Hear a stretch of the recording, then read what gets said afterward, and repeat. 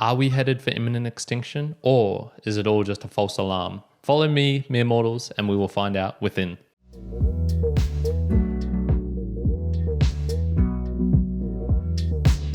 Welcome, mere mortals, to another book review, and today I have for you the book False Alarm by Bjorn Lomborg, with the subtitle of How Climate Change Panic Costs Us Trillions, Hurts the Poor, and Fails to Fix the Planet. No holds barred in this. This book was published in 2020, and it's essentially all about climate change and how he is describing what climate change is doing, what we are trying to do to fix it, and how the actions that we're taking right at this moment probably aren't the best way. The book is split into 5 sections, with the first being about what the title is, fear. How did we get so alarmed by this? Why are we getting it so wrong? The second is talking about the truth about climate change. So understanding more about what actually is the data saying, the statistics, and this is getting into a little bit of a tricky territory here, but his perception at least of what all of the data and the statistics are saying. The third, how we shouldn't fix climate change. So what are the things that are being proposed that are downright wrong, silly, or will actually hurt us more than help? The fourth, how to actually fix climate change. So being very pragmatic and giving some results. And then the fifth section is the conclusion, the acknowledgements, the notes, all of the supplementary data that he uses to explain his theory and why we should be doing X. The book itself is quite full of graphs, tables, notes, different things explaining what the data says. So this looks at the future predictions, such as what level we expect the planet to get to in terms of warming, in terms of damage due to hurricanes, flooding, all these sorts of things, in terms and putting it in economic terms, so in terms of GDP. Then also looking at the past and saying how much has actually been done in the past due to the climate. Is it actually getting worse, or are we just using different methods of comparison which aren't as showing the full story, I would say? I think it's pertinent to talk a little bit about the author himself, Bjorn Lomborg. So he's a political scientist. He is not an economist, but he does work very tightly with them, with some of his ventures, this being the Copenhagen Business School, as well as the think tank I believe he helped create, which is known as the Copenhagen Census. He has risen to, I guess, fame or popularity or prominence through a couple of his works, most notably The Skeptical Environmentalist I believe that was in 2011, and then also another book called Cool It, and he has quite a few different works that are circulating around a blog, those types of things. Onto the themes of the book and alarmism. Fear makes us do stupid things. Gadung. He doesn't really explain why we are so in such a state of alarm, why the media portrays XXX is going on, why it is being shown that this needs to be solved right now or we're all going to die within the next 5-10 years due to flooding. And so it's not really a book about the why, and we can all make guess to this. It can be incentives due to people being paid to say certain things. It can be due to the media loving to hype up bad news stories and whatnot. It could be due to bad actors. It could be due to all misinterpretation of data. It can be due to so many different things. Bjorn himself presents this book in a very thoughtful, unemotional, rational, critical way. He is not trying to excite people. This is not a book that is going to get you fired up to really do anything. But it is a book trying to, I suppose, dampen down the emotions, convince us to switch on the part of the brain that's used for rational, unemotional thinking and really get into the heart of the issue. So the data and statistics he mostly uses are from the UN climate science reports. And I suppose the whole purpose of the book is really just trying to show why the alarmism is not needed, why it doesn't require protesting, activations of activists and all sorts of things going on right now. It's more like, hey, we've got time, we can figure this out. It does need work, but we need to think about this critically. It really got me thinking at the end, is this going to be a case of mass hysteria? Is this something that we're going to look back in 30, 40 years and say, you know what, this was a problem of sorts, but it got solved through other means, and the amount of effort and energy we all put into worrying about this really didn't need to be there. The other theme of the book is climate change and, I suppose, effectiveness and priority. So the effective things we can do to help it and the ineffective things that are the solutions that are being proposed. So what are some of the don'ts? Well, don't try and fix it individually through small actions for yourself. He's got a kind of hilarious example about how David Attenborough was saying he would unplug his phone charger every evening. That's great, but the end up result of that would be if he just donated 4 cents to a carbon offset, that would solve the same amount of energy that's being replaced. So there's a little quote from the book saying on page 91, "Don't be distracted by the myth that every little helps. If everyone does a little, we'll achieve only a little." Now, this is a bit of a weird one because I think climate change is in one of those areas where so many people have an active part in it, play a part in it, that doing a tiny little thing by yourself doesn't really help. You actually need to have these grand solutions to a grand problem. Some of the other things that he says are basically a bad idea are radical policies that we enact right now in the short term to try and get these real long-term benefit payoffs, which economically speaking really don't make sense.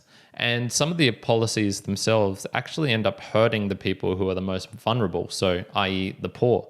So one of the things you could say is, well, let's just reduce our energy. That'll reduce the amount of carbon being put into the atmosphere. Everything's going to be okay in that regard. Unfortunately, the poor are not only the ones who are putting out the most dirty, destructive, inefficient type coal burning, wood, dung, and stuff like that, but they're the ones who actually need that energy the most because they will starve, they will freeze to death, they will, etc., etc. So unfortunately, a lot of the policies that are being proposed will actually end up hurting poor people rather than making the world better for them to live in. Well, we've established what you shouldn't do, so what should you do? And here's basically 3, but there's a couple of extra strategies that we can do. Number 1 is a carbon tax, pure and simple. And this is trying to use market policies to force people to make smarter decisions. Now, he's not proposing a radical carbon tax for everything, but a small one that can capture the real easy to get gains from, let's just say, the thermal plant that's 50 years old and is really inefficient in actually producing energy. Cutting out those things and incentivizing people to not need them is one way of really making a start, at least in fixing the problem. Another one is adaptation, and it's sort of just relying on the fact that a lot of the things that will go wrong probably aren't that big a deal. Say sea levels rise, well, yes, it's going to cause quite a lot of damage. It will replace people, but the people will just be replaced uphill, or we'll come up with adaptation. We'll come up with solutions such as the Netherlands have by building dikes and levees to stop the water from overflowing their country. So essentially, it's one of those ones where you don't really need a solution right now because you can count on the fact that humans will fix it later. Another one is innovation. So this is investing in R&D, green technologies, trying to get things better. So it's not necessarily saying, let's mass produce solar panels right now. It's more, hey, the solar panels and the wind and stuff, it's not really at the point that we need it right now, but let's invest in some technology. Let's invest in nuclear, for example, or in perhaps trying to get fusion or fission or whatever it is going so that we can eliminate this need to rely on fossil fuels. Some of the more out there ones, which he suggests, but is more of just an offhanded real backup, is geoengineering. So this would be things like injecting silicon into the atmosphere to help reflect more light, to creating boats to stir up sea waves, water into the air so that more water reflects light, and almost trying to recreate an artificial volcano to cover the earth with some sort of substance that will, reduce the amount of sunlight, algae in the ocean to capture carbon. All these sorts of things, which they're sort of far out zany ideas. It would require a lot of effort, a lot of work, and a lot of breakthroughs to actually make them happen. But potentially this is something that would be worth a tiny little bit of money, but not much. The last one is simply about prosperity as well. And one of the funny things that comes, funny and sad, that comes out of this book is that the poor are what actually is hurting the planet the most. Poor people just don't have the ability to care about the environment. They are caring about the right here and the right now. Yes, I will burn this wood or this dung. I will do whatever I have to survive. Whereas if we increase their prosperity, if we make everyone in the world a bit richer, that's when it gets to the point where it's like, hey, I don't have to worry about food tomorrow. I can worry about what the environment will look like in 10 years' time for my child, in 100 years' time for my great-great-grandchildren, things like that. My own personal observations, well, it's a very touchy, emotional subject, climate science, climate change, and although the book title is quite affronting in a way, I think what is actually contained in the book is quite bland. He doesn't go on the attack. He doesn't blame people for whatever, for this and that, for you're making the bad decision, you're making the world worse. No, he's really just trying to present in a most data-driven way as possible, and economically speaking, these are where our priorities should be, and this is how we should go about it. And I've actually found that quite refreshing on a subject that is quite divisive. I've also recently read one of Bjorn's other books, which is Cool It. And I would have to say that this book here, False Alarm, is much, much better. He presents his arguments in a much cleaner, concise way. In the other one, he had graphs, he had data, he had all these different things. But visually speaking, this book is far superior. And also the method, the structure of the arguments of one section flowing to the other just made a lot more sense.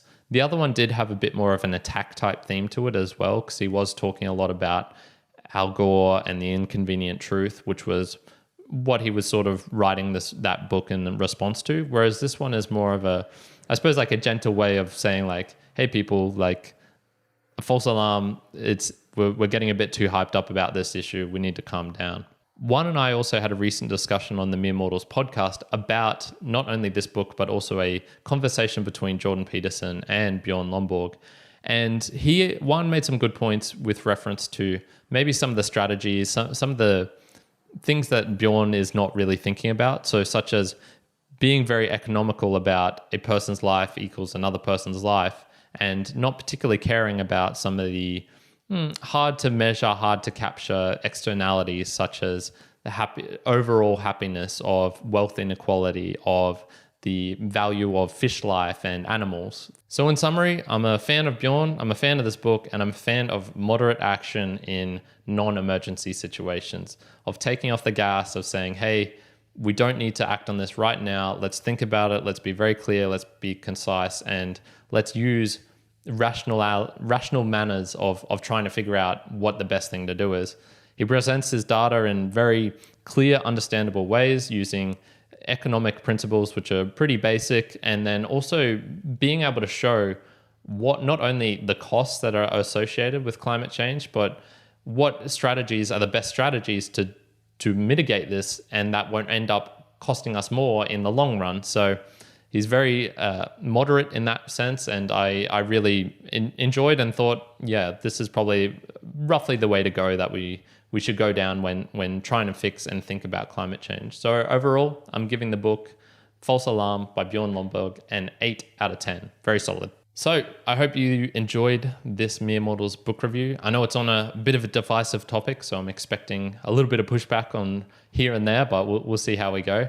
And what do you think of Bjorn? What do you think about climate change? Did it sound reasonable? Did it sound like I'm on the opposite end of whatever spectrum you're on? Be interesting to find out.